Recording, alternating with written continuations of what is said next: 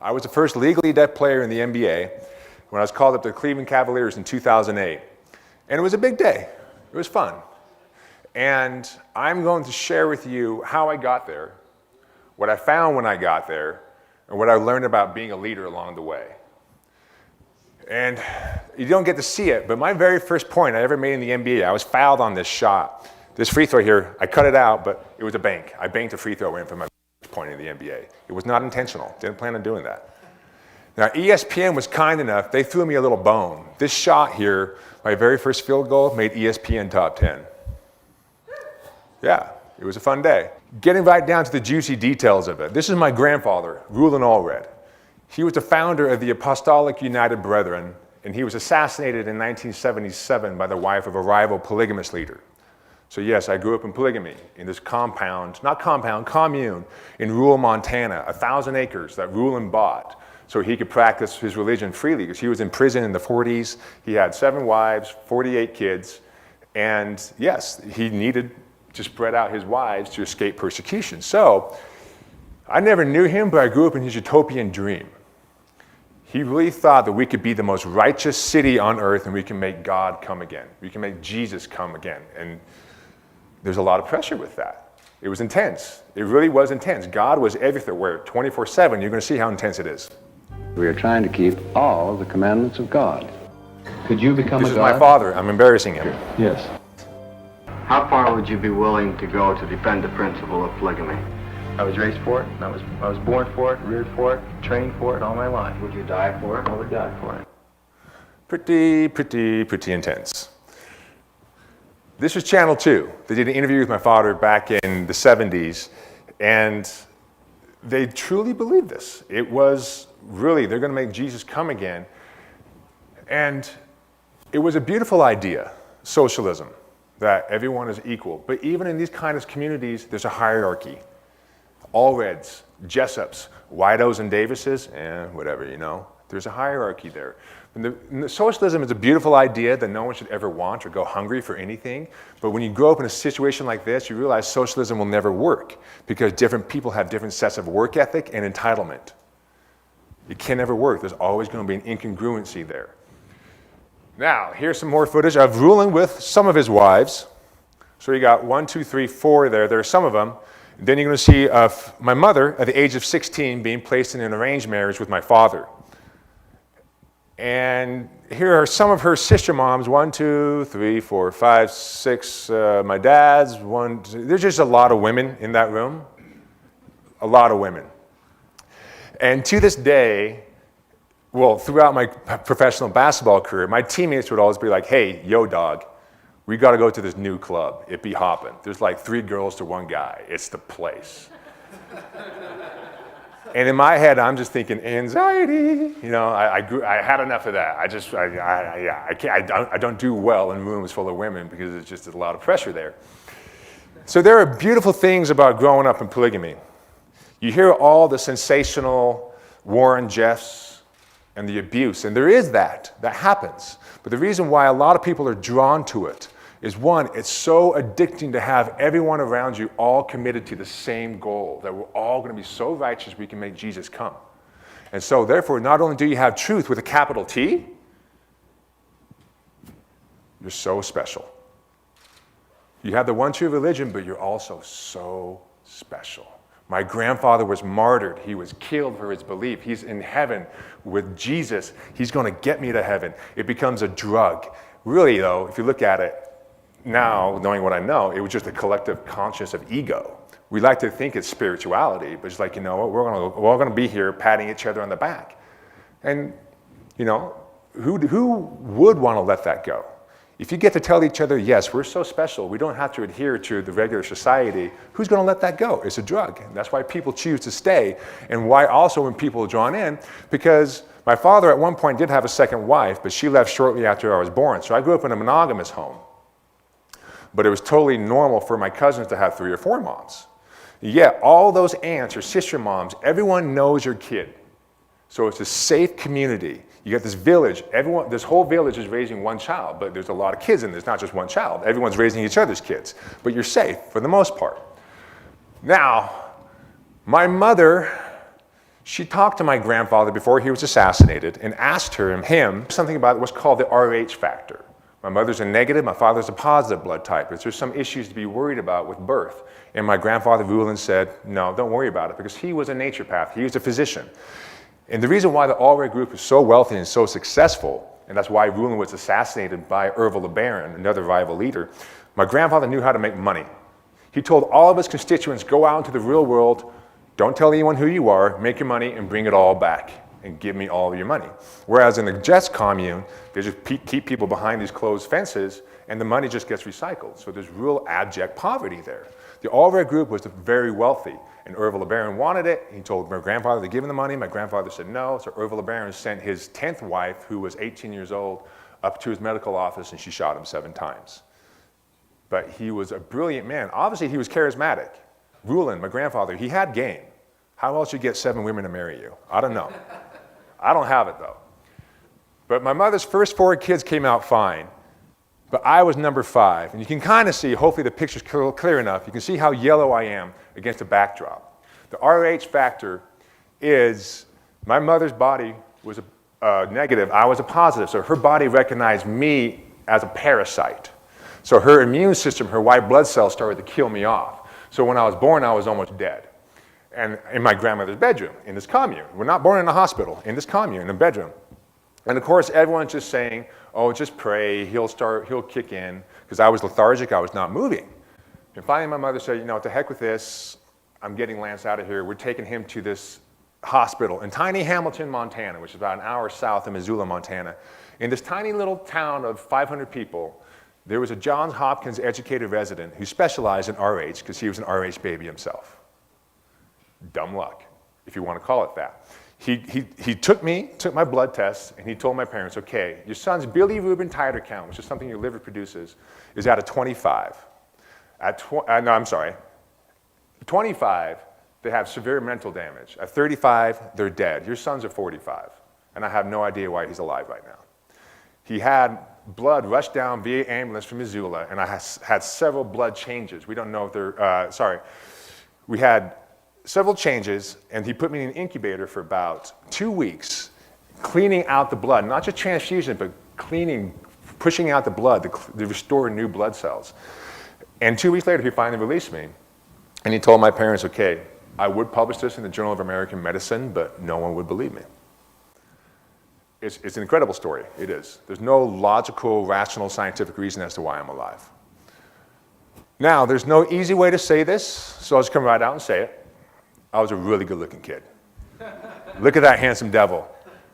At this age, though, about 18, 20 months, I was very frustrated, I was very angry, violent, I wasn't speaking, I was hitting people, and my parents thought I might be on a life path to be the sequel to Of Mice and Men.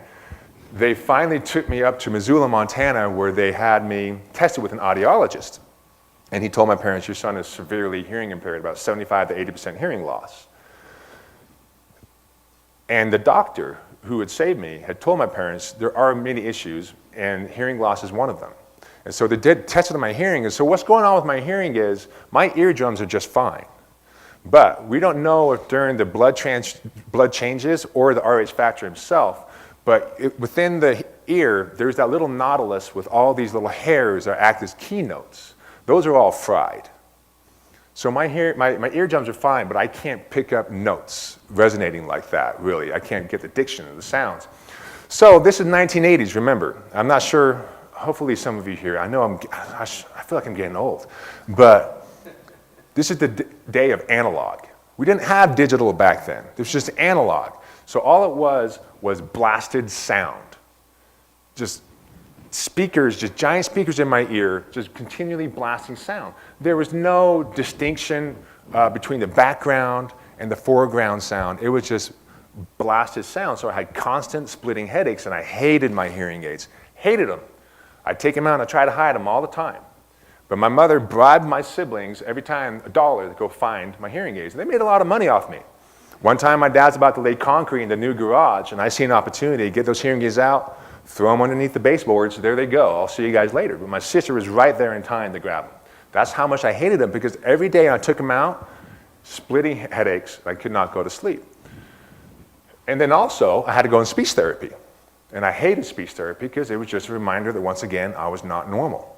I just wanted to fit in. I wanted to be normal. The first lesson of leadership I'm going to share with you, I learned from my mother. Accountability. Accountability is not feeling guilty, feeling shame that you did something wrong. That's just sitting in a rocking chair, just going back and forth, wasting your time.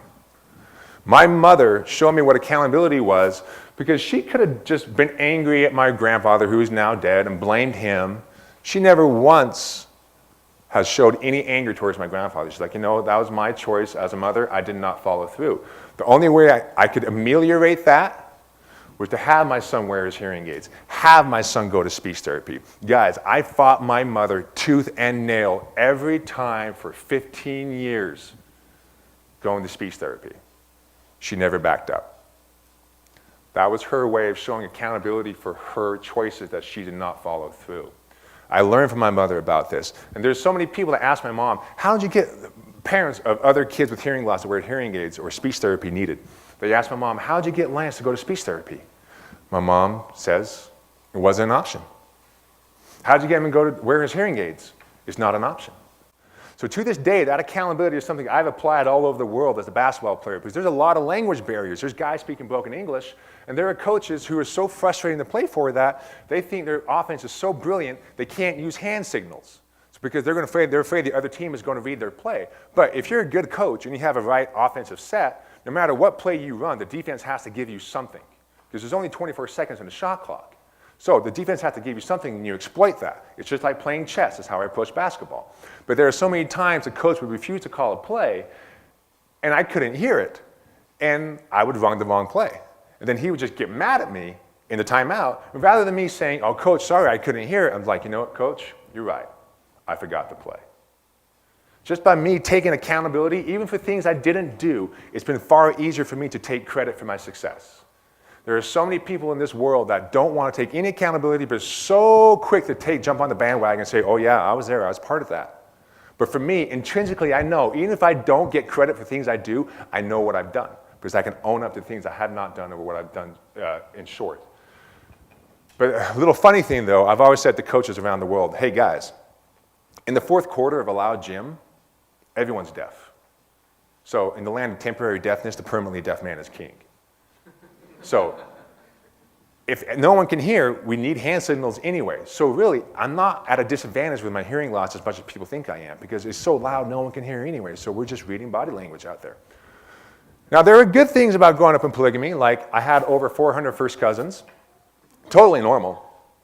And we had a great time running around this Bob Marshall wilderness in Montana like Smurfs, just pine cone gang wars, all Reds versus Jessup. It was a brutal thing. Like we threw pine cones at each other's heads. You had to watch out where you're going.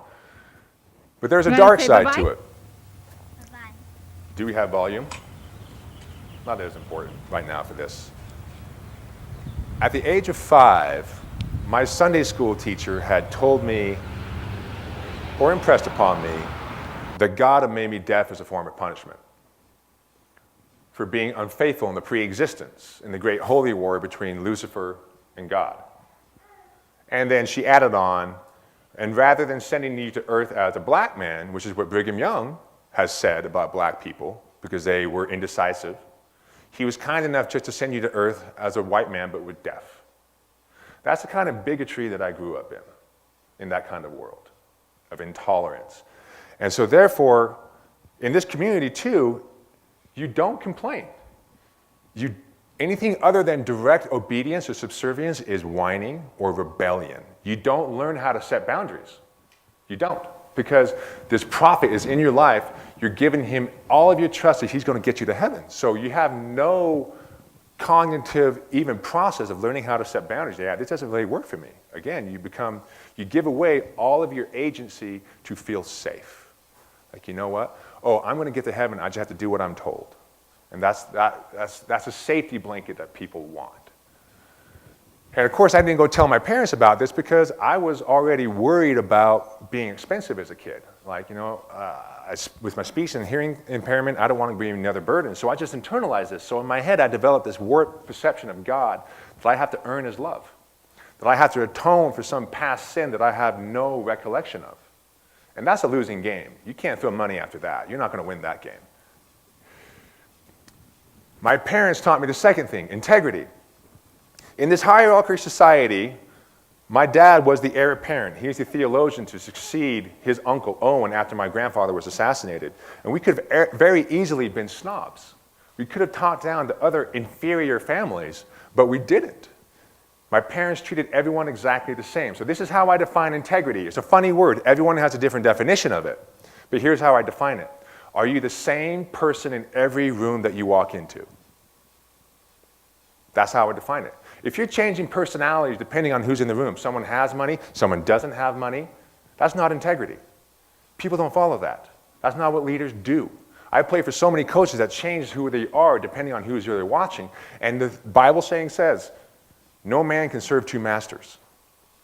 And I add on, especially if those two masters reside within the same psyche.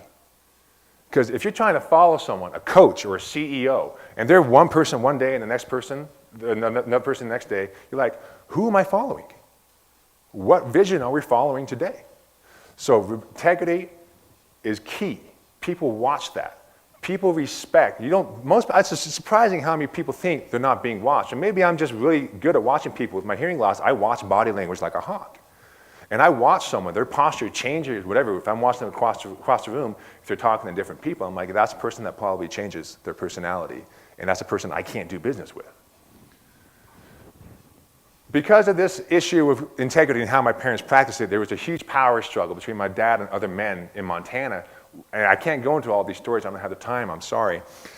We had to leave and go down move down here to Utah. And I hated Utah. This is 1987. The Allred name is still very fresh, synonymous with polygamy. And as a first grader, I was the biggest kid in my grade and one of the three biggest in the entire school. And I had these big giant hearing aids, and I talked funny. And on top of all that, I was a polygamist. And if there's one thing a Mormon does not like, it's a polygamous Mormon. How dare you remind us of our interesting 19th century past? Go away. Stop being the elephant in the room and please leave. And people often look at me and they say, wow, Lance is hearing impaired, I don't hear it. I'm going to show you a video. Mind you, I'm 11 years old at this time, and I've been in speech therapy for 9 years, twice a week. Yeah, I was goalie for my soccer team, and now we're practicing basketball and stuff, and I got a floor burn right here, and I was scared. Man. I opened up my present, and that actually already did them. We went to the Nintendo game, and we went to Microsoft Pet Store, bought nothing. And I've watched this over 200 times. I still have no idea what the hell I'm saying.